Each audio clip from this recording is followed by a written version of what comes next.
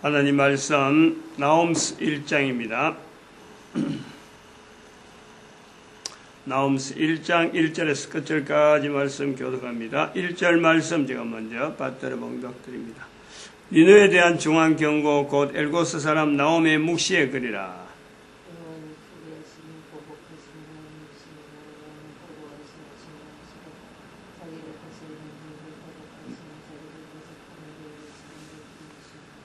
아름다운 소식을 보하고 화평을 전한 자의 발이 산이 있도다. 유다야 내 절기를 지키고 내 서원을 갚을지어다. 악인이 진멸되었으니 그가 다시는 내 가운데로 통하지 아니하리로다. 아멘. 나홈서 1장 15절 말씀. 아름다운 소식 보하고 화평을 전하는 발 산이 있다. 절기를 지키고 서원을 갚으라. 악인이 진멸되었으니 그가 다시는 내 가운데로 통하지 아니하리로다. 15절 말씀에서 또 우리 나홈서 1장을 통해서 우리가 크게 두 가지를 하나의 중간 과정을 우리가 보는 거예요. 중간 어떤 흐름을 성경에서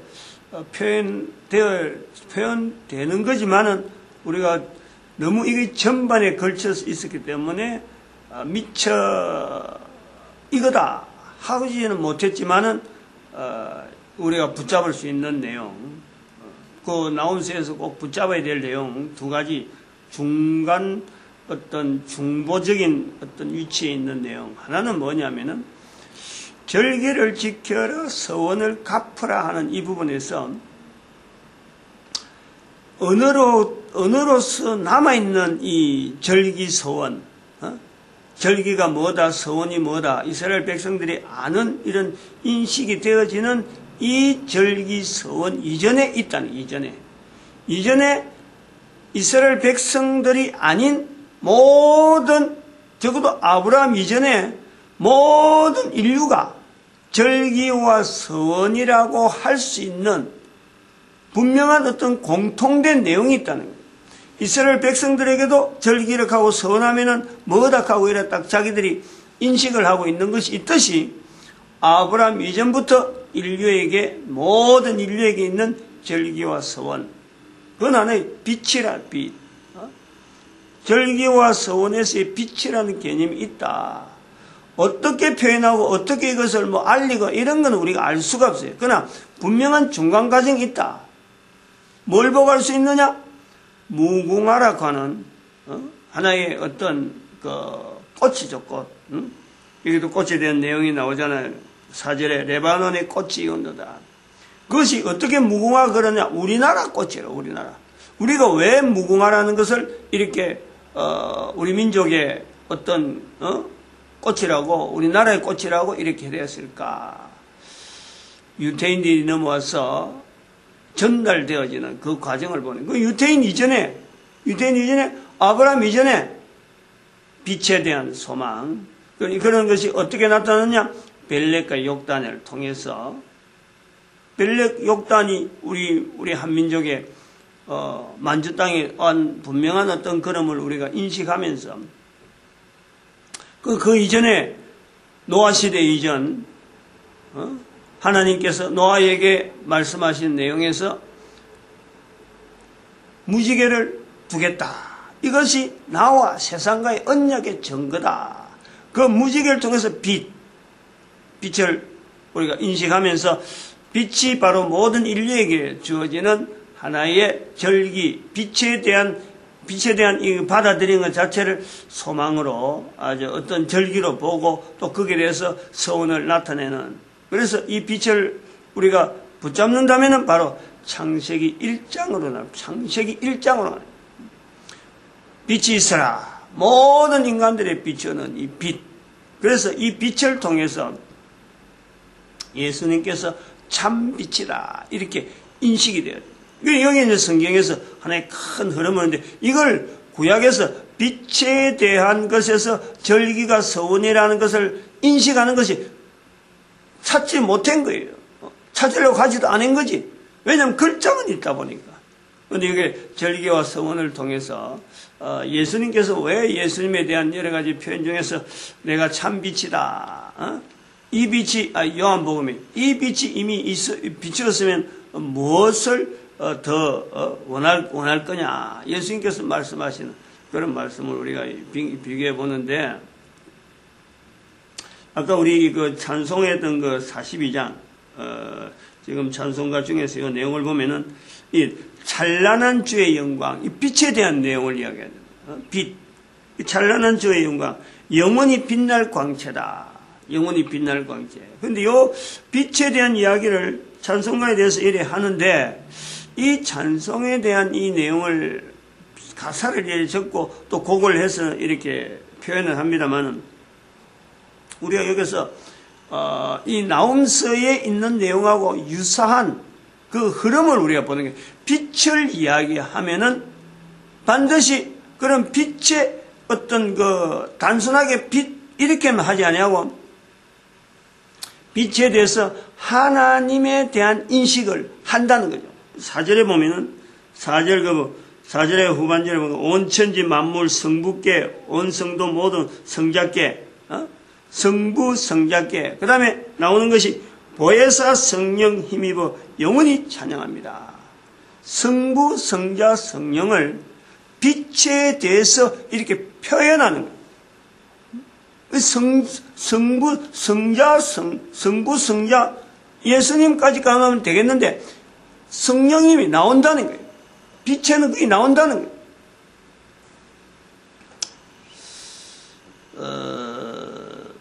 우리나라의 1세기경에 분명한 흔적이 있는 유대인들의 그 흐름. 그래서 유대인들이 바벨론 포로 사건이 586년, BC 586년에 된 사건이 성경의 기록이라. 그 성경을 연관하면 그거는 뭐 부정하지 않고 있단 말이에요. 그런데 바벨론에 갔던 이스라엘 백성들이 다시 와서 성전을 회복한다. 그 느헤미야 시대라든지 또 그 속에서 살아왔던 사람들 에스더나 다니엘 이야기를, 에스겔 이야기는 분명히 해요.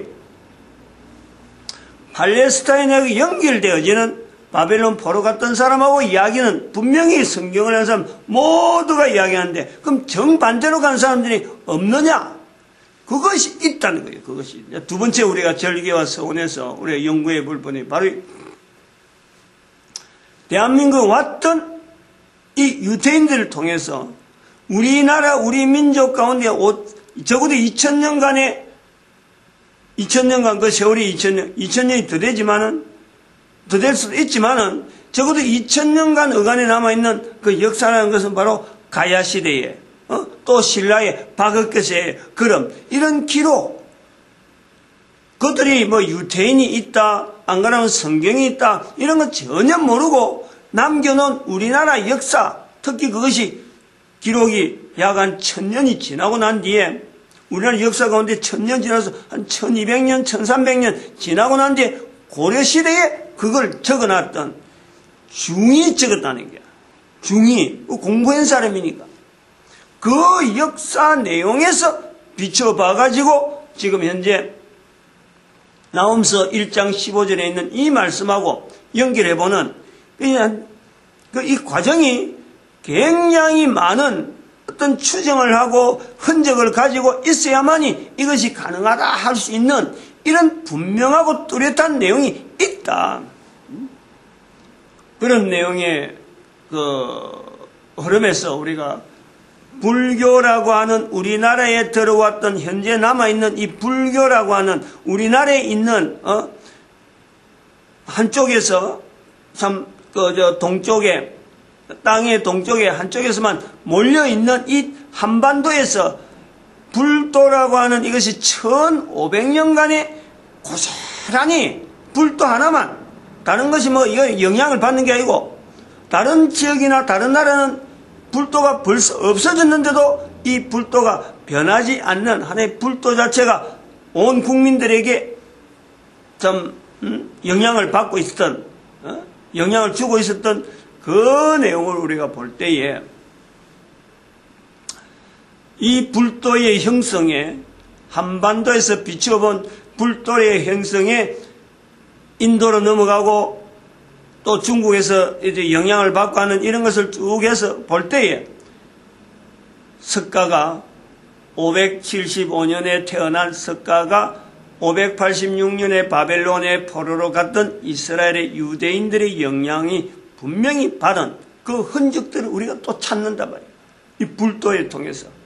우리나라에 있는 불도, 지금 현재 있는 우리의 2000년 전에 있는 이 유대인들의 어떤 흔적을 통해서 추정을 거꾸로 해본즉 불도 자체가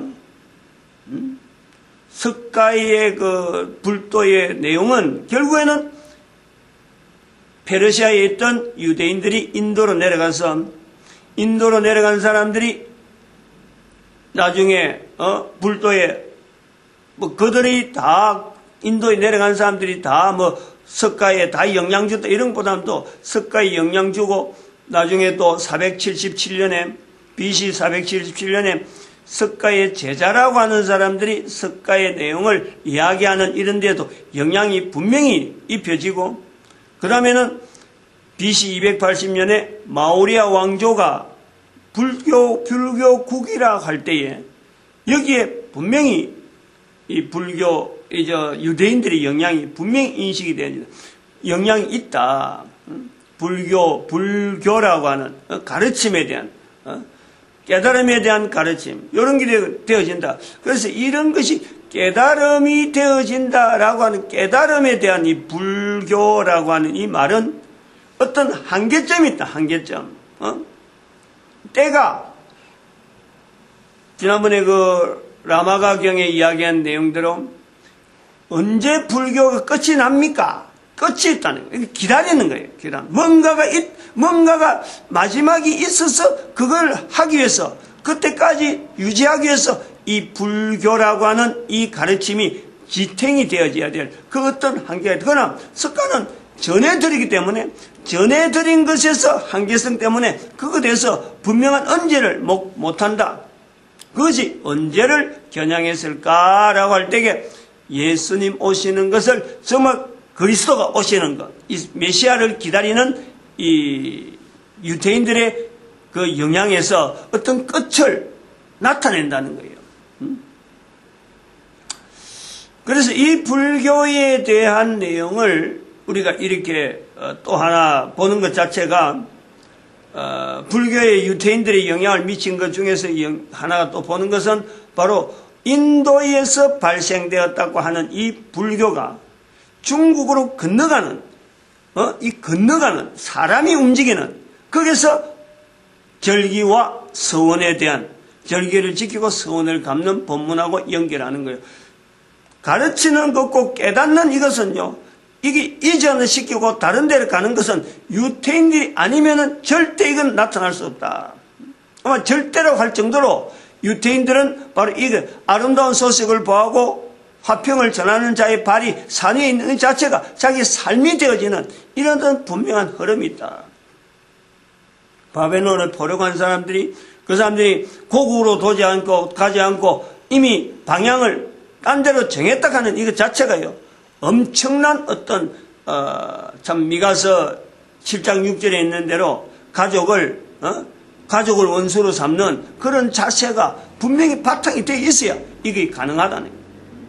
이거는 유대인이 아니면은, 그리고 BC 지금부터 2500년 전 한 3000년 가까워 된 유대인들의 어떤 그 유대인 사회의 공동체의 어떤 흐름이 아니면요, 이거는 결코 인류사에서 어디든지 나타날 수 없는 분명한 어떤 핵이다.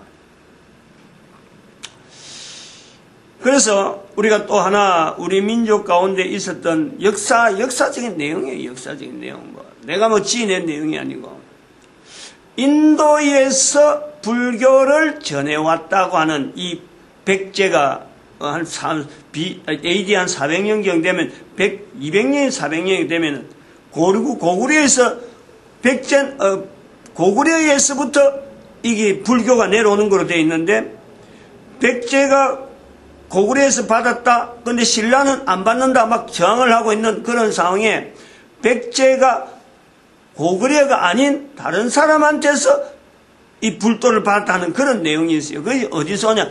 인도에서 온 불도, 성녀, 이름이 있어요. 제가 이름을 기억을 못해서인데, 인도에서 온 성녀에 의해서 불교가 형성이 되었다. 이 어떤 다른 학설로 백제의 불교를 고구려에서 내려왔다는 것도 있고, 또 하나는 인도에서 왔다는 이 언어를 쓴다는 거예요. 인도에서 온 성녀에 의해서 되어졌다. 여기서 인도에서 온 성녀는 분명히 이거는 유태인이다. 확정해야 돼, 확정해야 돼.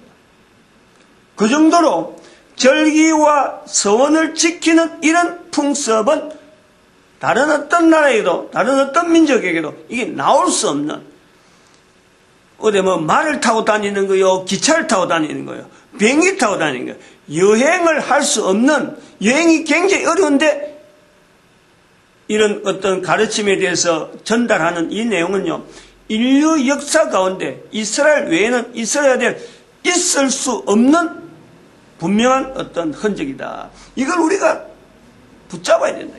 우리 민족이. 그러면은 또 우리가 봐야 될 내용 하나가 김유신, 이순신 할 때 순, 김유신 할 때 유, 한자를 자세히 보면은 지난번에 말씀을 분명히 드렸어요. 김유신의 유자를 자세히 보면요, 위에 간머리가 있어요. 간머리. 이게 무슨 토시인지 모르는데, 간머리. 그게 인도할 때 인자하고 인에다가 그 사이를 비워가지고 사람 인자를 쓰는 것이 그 유라, 유. 그 인도 사람이다. 인도에서 왔다. 하는 흔적을 거기서 보는 거예요. 김유신이. 신라의 그 삼국 통일에 분명한 어떤 흔적을 남긴 김유신,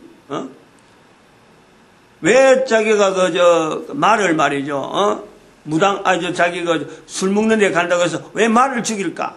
이런 어떤 분명한 단호한 집안 가문에서 내려오는 분명한 어떤 흐름이 있는데, 거기에 대해서 자기가 어떤 깨달음 아니면 자기의 방향을 정하는 그런 걸 우리가 보는 거예요. 가야 될 길이 있는데 술 먹고 방탕한 생활을 하니까 자기가 다시 한번 회개하는 그런 모습을 우리가 본다는 거예요. 그 유대인적인 내용이 있다는 거예요. 그게 왜 이순신 장군을 왜 이야기하느냐? 순자가, 중간에 순자가 무당순자라는 거예요. 무당순자. 그리고 허황옥이 두 아들에게 남긴 말, 허시로 해라. 성을 바꿔라. 허시로 해라. 즉 무당되라 이 말이에요. 무당. 이 무당이라고 하는 이 문화가 한자로 지금 현재 쓰고 있는 이 무당이라고 하는 이 무당은 사람 두 사람이 앉아있는 이 형상으로 되어 있는 이 무당은 변천되었다. 원래의 무희할 때 춤추는 무당에서의 변천되었다. 다시 하면은 퇴색이 됐다. 처음에 무당이 바꿔졌다. 이순신 할 때 그 순자 속에 있는 무당하는 거하고 순자하고 무당의 무희할 때 무당하고 비슷해요. 글씨가. 순자와 문자가 비슷하다니까. 춤추는 사람의 문자하고 이순신 할 때 순자하고 비슷하단 말이에요. 그러면 이렇게 무당에 대해서 바라는 이런 어떤 문화. 근데 이거 퇴색이 되어갖고 나중에 중국에서 한자가 바뀌어서 이 무자가 지금은 사람 두 사람이 앉아있는 그런 형태로 바뀌었다. 우리가 이런 걸 우리가 지금까지 쭉 해온 내용을 이야기하는데, 하나 또 분명하게 우리가 받아야 될 것이 뭐냐면, 또 우리가 찾아야 될 것이 뭐냐면, 도깨비라는 이 표현이에요. 도깨비. 어저께 아리경가 그 금오산 올라갈 때, 그 음주 단속을 이제 도깨비 단속을 하겠다. 이렇게 우리는 이 도깨비란 말을 경찰이 쓰는 어떤 언어 속에서도 공식적이잖아요. 공식적인데 이 도깨비를 쓰거든. 도깨비를 써서 우리는 아무 거부감이 없어요. 도깨비라 해도 귀신이라고 만약에 해봐라. 우리가 만약에 거기다 공식 언어로 귀신 단속이라 해봐요. 그러면 국민들이 반응하고 저런 언어를 쓰다니요. 반응을 하는 게 그 반응. 그런데 도깨비 단속을 한다? 아무도 이게 됐어요. 어떤 거부 반응을 하지 않아요. 이게 우리 민족의 그 정서예요. 도깨비라는 단어 자체는 추적을 안 해서 그렇지, 저는 그 책에는 그래 적어놨어요. 제가 책에다가 도깨비를 성령님에 대한 표현이다 하는 것을 책에다 적어놨다. 왜냐면 귀신 문화가 아니, 귀신이라는 표현은 이게 우리나라의 일반사에 이렇게 인용된 것은 일본에서 영향을 받은 거고, 일본 강점기 때 귀신에 대한 영향을 받은 거고, 그래서 두려워하는 거예요. 일본에서부터 그 두려워하는 그 문화가 우리한테 배워온 거예요. 근데 비슷한 것은 같은데 도깨비라는 것은 우리 정서, 우리 한국 민족에서는 절대 이건 두려운 것이 아니에요. 이건 도와주는 거예요. 번쩍번쩍하면서 아까 찬송가에도 그 나왔듯이 불이 번쩍번쩍하면서 빛에 대한 거예요. 번쩍번쩍, 도깨비가 동에서 번쩍, 서에서 번쩍 이래 되는 거예요. 우리는 번쩍번쩍 빛에 연결해갖고 도와주는, 사람들에게 이롭게 하기 위해서 나타나는 거지, 도깨비가 나타나는 것은 절대 해하려고 하는 거 아니라, 해한다는 것은 나쁜 사람을 해할 때는 도깨비가 나타난다, 이렇게 인식이 되어 있다. 그러니까 경찰이 도깨비 단속을 한다 해도 우리 민족에는 그냥 편안하게 그럼 당연히 할 일이지 라고 하는 거예요. 바로 이런 인식이, 도깨비라는 단어가 남아있다는 자체는 우리나라에 2000년 전에 왔던 어떤 유태인들을 통해서 언어가 형성이 되어지는 하나의 성령님에 대한 표현으로 우리한테 남아있다는 거예요. 이거를 나타내기가 쉽지 않잖아요. 성령님을 이야기하기 얼마나 어려워요. 그런데 그런 것을 유태인들은 자기들에게 생활 속에서 평소에 익혀진 내용을 우리 민족 가운데 우리 토착 언어로 그냥 남겨주는데, 이거를 찾아내기가 근거를 성령님이다 라고 할 수가 없을 정도로 우리 문화 자체가 유대인 문화를 그대로 옮겨서 그대로 만들기에는 세월이 말이죠, 굉장히 변천이 많이 되고 어려움이 많이 있다. 개념을 우리가 분명히 해놔야 돼요. 오늘 여기까지 기도드립니다. 할렐루야. 함께 하시면